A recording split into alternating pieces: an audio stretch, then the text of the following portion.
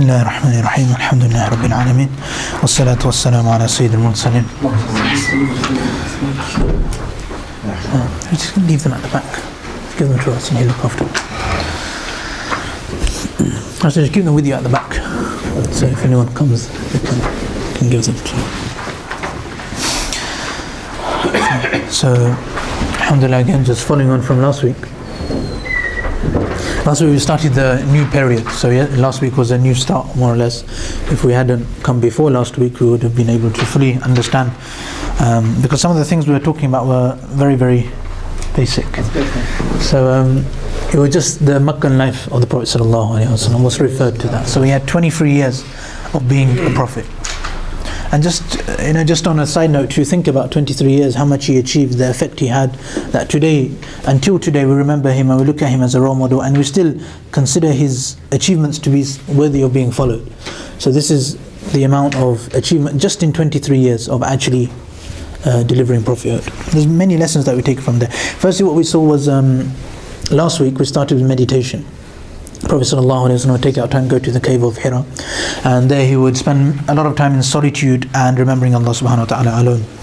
Then after that he had a period of true dreams, and the dreams obviously they were true, so they'd come true the next day. He'd have a dream and the next day it would come true.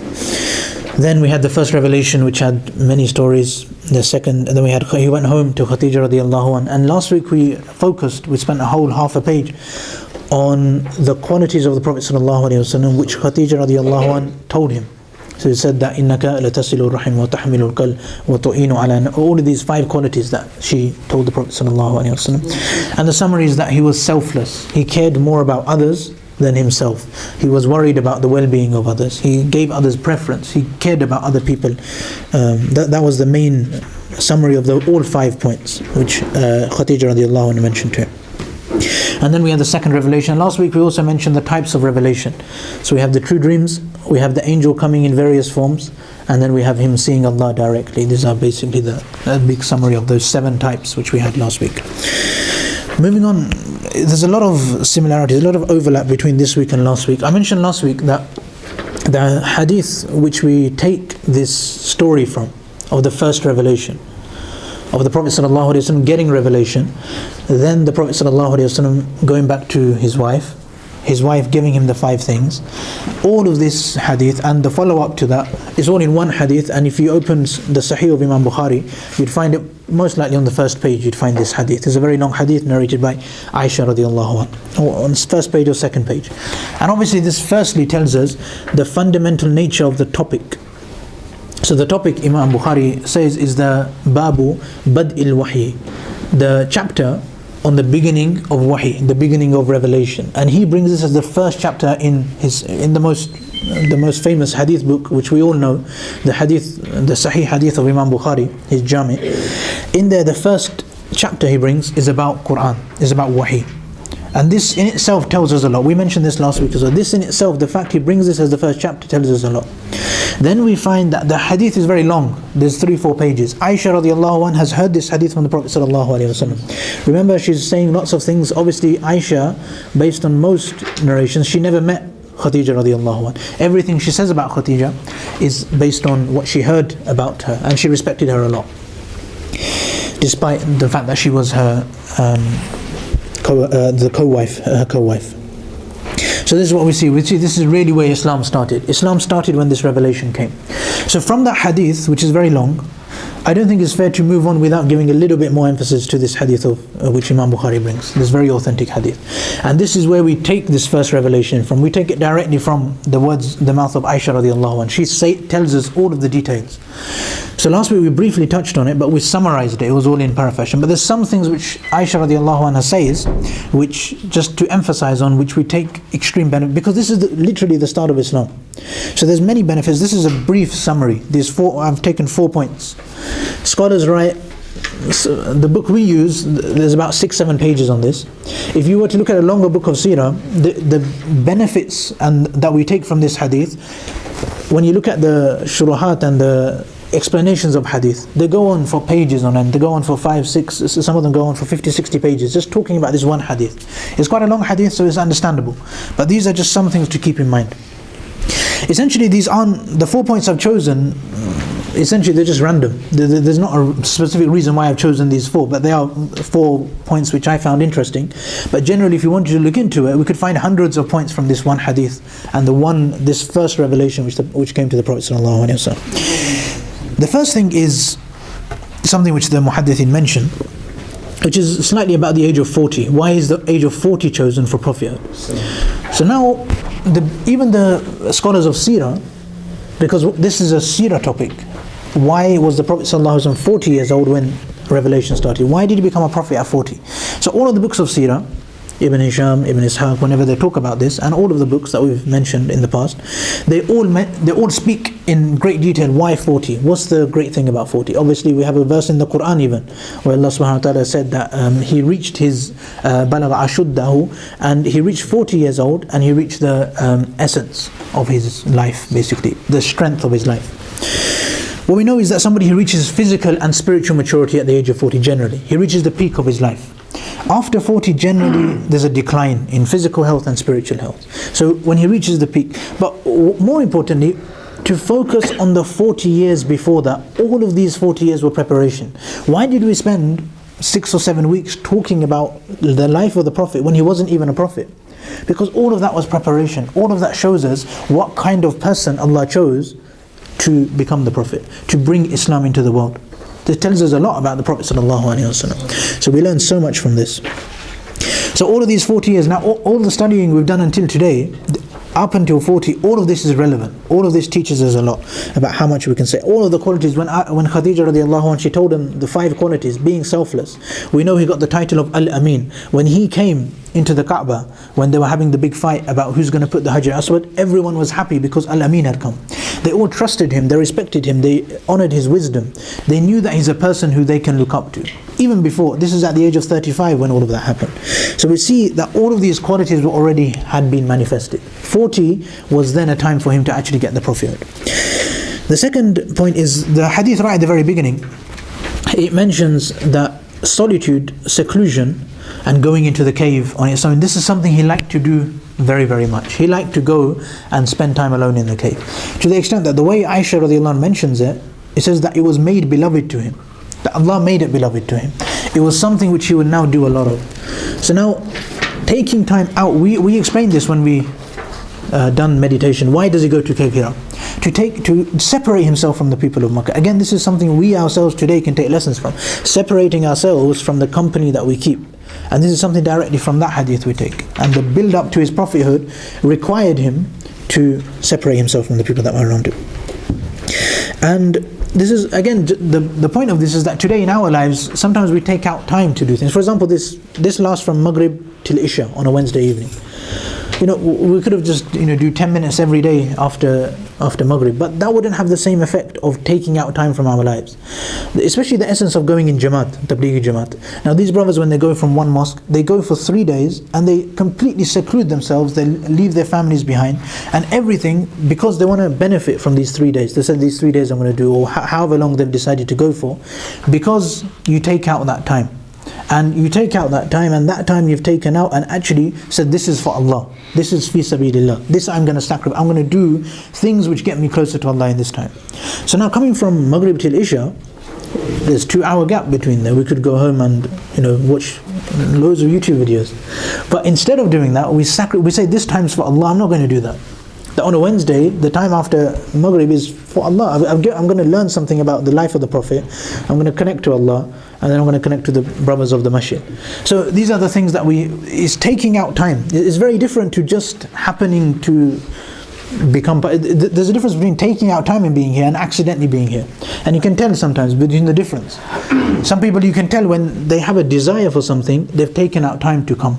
It's now fixed in their week that every Wednesday they'll come here, or whatever it is that they've decided for Allah, that on Friday they'll come at this time, or whatever time of the week they come to the masjid. But having some period of the week where we've actually designated to take out and speak to Allah in that period is very, very important. This is something which we should try and do as well, because otherwise we're always in the world. We're always in the dunya. We're always within people whose primary purpose is to accumulate as much wealth as possible, or to be as respected as possible in society. That's their primary. If everyone's purpose is that when we go to work, The only reason everyone's there is for money. The whole business, the whole company is evolving because of money. That's the only reason the company exists. That's the only reason people turn up to work. All of these things are evolved. So now to take ourselves out of that environment fully and completely, and to try and transform ourselves, is something which requires an actual effort of taking out the time, rather than just turning up. So it's all based in the mind, most of that. That I'm actually going to come on a weekly basis, and I'm going to make that a priority. I'm going to make sure I change myself in this time. So this is how we try and understand that. Seclusion, okay, we're going to carry on anyway. The Prophet ﷺ, his sunnah, so this is point 3. So the first point, why 40? Why was the Prophet 40? The second point, that seclusion is good. This is the second point. The Prophet ﷺ would do seclusion. This is a preparation for prophethood. The third thing is that when the Prophet ﷺ would go for seclusion, Aisha mentions in this hadith of Bukhari that he would take provisions. So now again, this is something about a prophet. He doesn't just go and say that, I'm not going to take any provisions, and if I run out of food, I'm going to make dua and food will come. So taking provisions was part of prophethood as well, part of his preparation of prophethood. Now this tawakkul in Allah, this is not against trusting in Allah.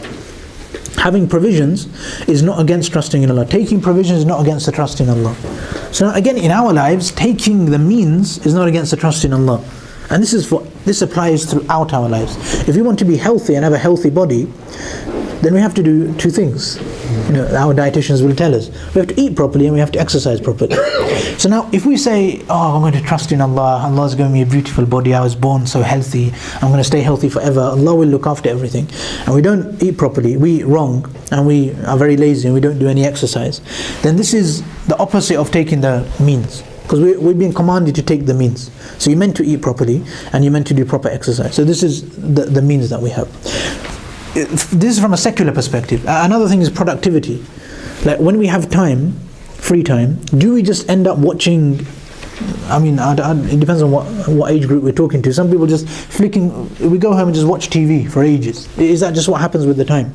Or do we flick through endless YouTube videos, or do we go on Google Earth and find India and spend 2 hours scrolling all the way to the top of India to see what's there, or we find our home city in Bangladesh and we find it on Google Earth. And when Google Earth came out, people used to do that a lot. Some people still do. Google Maps, and they don't use Google Earth anymore. They just go straight to Google Maps and they do the satellite on and see what's going on in their village, or just random things that we do. Or are we productive? Again, now we can say that it's all in Allah's hands. What I do with my time is up to Allah. I don't need to take any means. Or we can actually make a timetable in our life. That when I have free time, I don't just watch TV for ages. I don't just scroll through the internet as much as I want. I actually do something useful. And now sometimes we'll have to take the means. The means are very secular sometimes. Islam doesn't always provide such a detailed solution. Islam says be good with your time. Use your time properly. Sometimes that may mean making a timetable. It may mean consulting an expert on time management. It may mean inculcating good habits. And this is the way to do it. Nowadays, if any of us have looked into this, the way to get rid of bad habits, instead of watching YouTube videos or just allowing yourself to go wherever the internet takes you, you pick up a good habit. Instead you pick up a book and you actually read a book, a useful book, not Harry Potter. You pick up something which is useful and beneficial and you read that instead. So you find a book which you want to read, it can be a book on self-improvement, it can be a book on the Quran, on tafsir, on hadith, on the Seerah, on the stories of the Sahaba, it can be about the science of hadith, it could be anything which improves us in some way.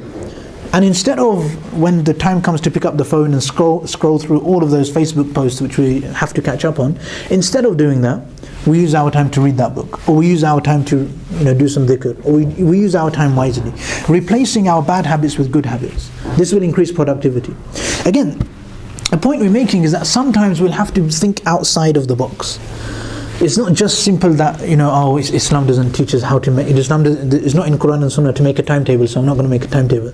Or Islam does. This is something which, if it improves your life, you can take these means.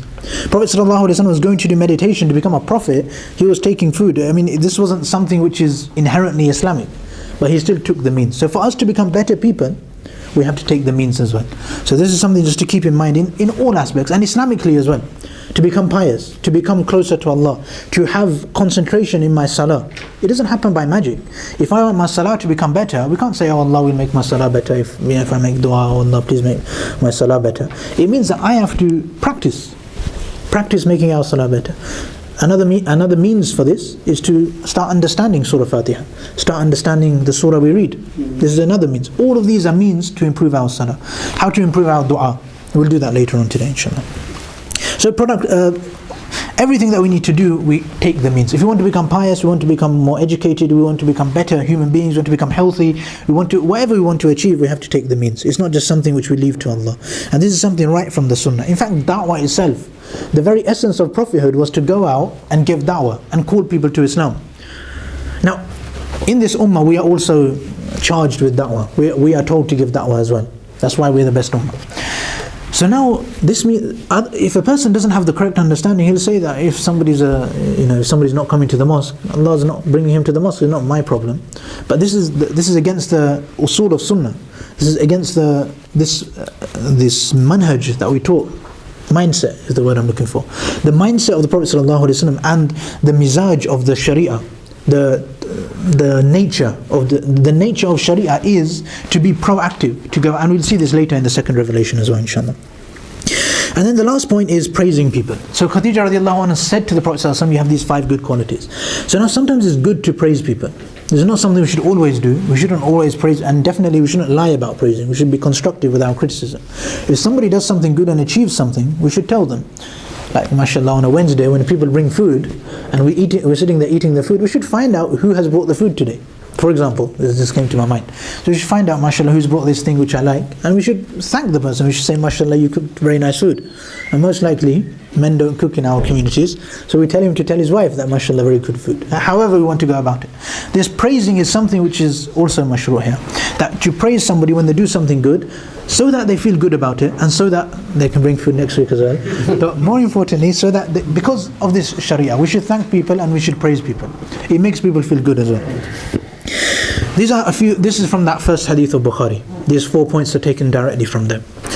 The next thing is a tangent which we didn't mention last week. After this first revelation, or after the second revelation, Jibreel alayhi salam came, and the first thing he taught, we had Tawheed is done, the oneness of Allah, and now Risalah is done. He's been made a prophet. Now, as soon as these 2 things are established, the first thing which is taught is wudu, is how to perform ablution and how to pray salah. This is the first thing Jibreel alayhi salam teaches the Prophet sallallahu alaihi wasallam. So the narrations have it that Jibreel alayhi salam came, he struck his foot on the ground, and a spring came up, water came up from the floor. So then he performed wudu, and then Prophet sallallahu alaihi wasallam saw him, and then he copied, and then this was then approved by Jibreel that this is, yes, you've done it right. Then they prayed salah together, and then Jibreel alayhi salam led the salah, the Prophet sallallahu alaihi wasallam followed in that salah. This is how salah was taught to the Prophet sallallahu alaihi wasallam. Also, regarding salah right at the beginning, many of us probably know that there was 2 salah which were encouraged. Some say they were fard, some say they were necessary, some say they were just encouraged. The Prophet ﷺ himself would pray tahajjud at night time, and this is something he had to do. But everyone else generally would pray 2 salah during the day, and it was just 2 rak'ah. It was two units of salah, and in the morning and in the evening. And some parts of the Quran indicate on this as well. But what this really tells us as well is another usul and a principle of Sharia, the way Sharia works, the way Islam works. Implementing this point is sometimes only up to the scholars, but understanding this point is interesting. So we see salah at the beginning was 2, and it was only 2 units, and it wasn't fard. If you can do it, you do it. Then salah became 5 afterwards when the people became more. But what we notice is that generally, and we'll see later when we come later onto the stories of the Sahaba, we notice that the way Islam was developed into the people is that the Sahaba, slowly things were brought onto them. So slowly we had the month of the fasting of Muharram. Ashura was necessary. Then the 30 days of Ramadan. We had 2 salah, then the 5 salah. So the whole of deen, for a person who doesn't know deen, for people who are starting out in deen, starting out on their religious journey, it starts off, tadrijan in Arabic is called, shay'an fa shay'an. Comes on slowly. You don't suddenly, if somebody just converts to Islam, you don't have to tell him to go for Hajj because he's got some money. You slowly teach him everything, and slowly everything comes into place. Everyone has a status. If somebody's not coming to the masjid, then maybe the thing for him is to come to the masjid. If somebody's coming to the masjid praying 5 times a day, then maybe we'll tell that person to try and wake up for tahajjud. If somebody has never prayed before in his life, then you don't tell him, come, we're praying 2 o'clock in the morning, you're going to have tahajjud. You tell him to try and start 1 salah or 2 salah, and slowly, or try and pray all 5 salah, at the end of the day. Whatever, in some way you try and get this person to understand. So shay'an fa shay'an. And we see this from the Sahaba, and we even see in the da'wah of the Prophet ﷺ, when pragmatism is something which Islam teaches. Practicality, what can be done, what people can do. It's not about forcing things which aren't necessary onto everyone. It's not forcing small things, and focusing on usul, focusing on fundamentals. The first thing here focused was just the oneness of Allah. Turn away from everything else. Stop believing that your money gives you success. Stop believing that having slaves give you success. Stop believing that your materialistic things will give you success. Turn away from your idols and stop worshipping them, and come to Allah. And this principle applies in every aspect of it. This Tawheed is something, there's certain sects which just obsess with Tawheed. But Tawheed is actually very important if we fully understand it. How Tawheed, if I fully understand Tawheed, Allah will be more than enough for me. Tawheed and Tawakkul and Taqwa, all of these things come together. But this is again very important, that we slowly make our way to Allah. And with other people, there's a difference between the Prophet ﷺ himself. He used to pray tahajjud every night. But he didn't force that on the Sahaba. Just because he's doing it, he didn't say, I'm praying tahajjud, so you all pray tahajjud as well. He didn't say it like that, because the Sahaba had their own salah. So this is again, just because we are doing something doesn't mean everyone has to do that thing. If we're praying tahajjud, doesn't mean everyone now has to pray tahajjud. Or if whatever we do, if we come into the mosque 5 times a day, this is something we should encourage for other people, but it doesn't mean we can belittle somebody who doesn't do just what we're doing. There's always stages, and the reality is we don't know what stage somebody is at. If somebody just converted to Islam, he may be spending all day, all night trying to learn Arabic, or trying to learn how to read Surah Fatiha, trying to learn Surah Fatiha. And he may not pray that much, because he doesn't understand it. And we grew up as Muslims, as babies we learned Alif Bata, and then as we grew up we managed to read the Quran, and we learned some part of the Quran, all just part of childhood, without even, before we even reach maturity, we'd become so much more advanced than somebody who may have had to become a Muslim. So we don't know what stage anybody is at, so we cannot judge these other people. Okay, so the first thing was the first revelation, the lessons from there. Then this salah came along, and we see deen came slowly. And the next thing is the second revelation. We mentioned this last week, which is Ya ayyuhal muddathir, the one who is wrapped up. This revelation, we mentioned the Prophet ﷺ, he saw Jibreel alayhi salam sitting on the chair, and then he went to Khadija radiallahu anha's house, told him to wrap him up, and then he was wrapped up in the cloth, and that's when the revelation actually came. So the revelation didn't come while he was still walking. So the first revelation came in the cave Hira. Second revelation, he saw Jibreel while he was walking, and then he got into the house of Khadija. That's when the revelation, Ya ayyuhal muddathir, came.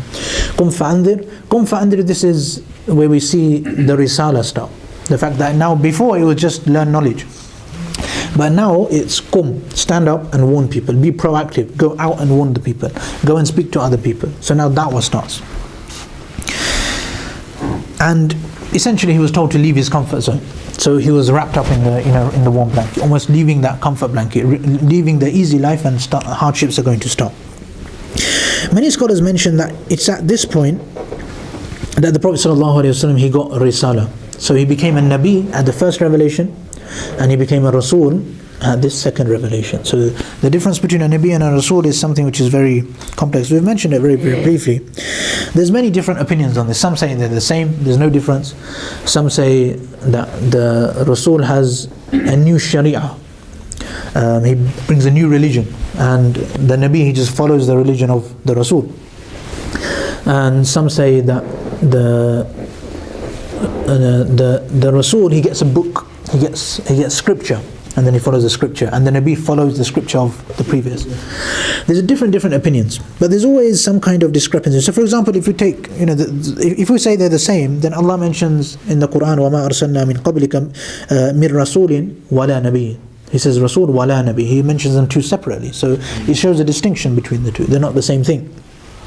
If we take the example that following the old Sharia, somebody who follows the Sharia of the Nabi before, then he's a Nabi. And if you come with a new Sharia, then you're Rasul. Then if you think of Adam alayhi salam, who was not a Rasul, he was a Nabi. So he came with, he did not follow the Sharia of anybody before him, because he was the first human being. So if he's a Nabi, and so that rule doesn't really work, because Adam alayhi salam was a Nabi and he wasn't following the Sharia of anybody before him. So that's why that rule doesn't work. Obviously, I mean, some people, there's some very big scholars who have that opinion, but there's some exceptions to this rule as well. The one rule which makes a lot of sense and fits all the raw data which we have about the prophets is that a Rasul is arsala, means to send. So Rasul is somebody who's sent by Allah. A Nabi come from Surah Naba, which is the information, to just give the information. So the way the scholars explain is that a Nabi is somebody who comes and he talks to the people, and the people listen to him and accept him. He doesn't have to do extra effort to convince the people. People listen to him and accept him. This is the Nabi. And the Rasul is the one who's sent. He comes to the people and the people reject him. They don't accept what he's saying. They don't like what he's saying. They reject him. And he has to then work hard on them. And there's a hadith where the Prophet ﷺ says that the first Rasul was Nuh alayhi salam. So we find this pattern comes. Then Adam alayhi salam was a Nabi. Then we have Nuh alayhi salam as the first Rasul. So this distinction is there as well. So these are different reasons, but this is one of the things which makes the most sense. That the Rasul, he is sent to people who do not accept him. The Prophet ﷺ was rejected and he was exiled from Mecca. Nuh alayhi salam had hardly anybody following him. The majority of the people, they turn against these people. That's the Rasul. And the Nabi, he comes and most people generally tend to accept them and they give them. So there's many thousands of these which came throughout the history. And the Prophet ﷺ, one hadith which is Hassan, the Prophet ﷺ mentioned that there's 124,000 prophets which came before, Nabis which came. So with many of these Anbiya came. Obviously, just to understand, there's 5 main prophets who we should all know the names of. And these are the 5 prophets. When you read the Quran, you'll see their names keep coming up. They keep coming up in different places all over the Quran. Obviously, the first one which comes to mind, we can do this from the audience. Musa alayhi salam. Good. So from the Quran example, that's the best one, because Musa alayhi salam is all over the Quran. There's 4 more. Musa alayhi salam. He done that one. Ibrahim alayhi salam. So Musa and Ibrahim alayhi salam. So the 5 ulil adham mentioned all over the Quran. Isa alayhi salam, ulil adham. So Musa, Isa, Ibrahim. And obviously we got one who everyone's missing, the Prophet sallallahu alaihi wasallam. So that's number 5. We'll put him at number 5. We'll go in order then. Nuh alayhi salam came first, then it was Ibrahim alayhi salam, then it was Musa, Isa. Good, alhamdulillah. Everyone's got the order as well. So if you think the first person, Adam alayhi salam, who wasn't a Nabi, but then we had Nuh alayhi salam, who was ulul adham. Then we had after him Ibrahim alayhi salam is the father of all the prophets, and then from him comes the Bani Israel. So then from him is Musa, and then Isa alayhi salam we know came just 600 years before Rasulullah sallallahu alayhi wasallam. So that Nabi. The Prophet sallallahu alayhi wasallam is Allah subhanahu wa ta'ala. Is it both? I think in the Quran, is Rasul and Nabi. Oh, sorry, yeah, I didn't mention this. Yeah. So what we have is a status. So every Rasul is automatically a Nabi. I didn't mention that, but yeah, this is very true. Yeah. So not all of Nabis will be Rasuls, but every Rasul will automatically be a Nabi. Nabi is the basic level that you're sent, and then you're sent, and the people they accept or reject. So now if they accept you, then you've got a much easier task. Yeah, it's a much lower level. Out of the 124,000 prophets, how many of them were Rasuls? Rasuls, they're different numbers, man. It's too hard. There is some numbers, I actually read it, I've forgotten. It's 300. I think it's the same number. It's true. He's right, that's what I read, yeah.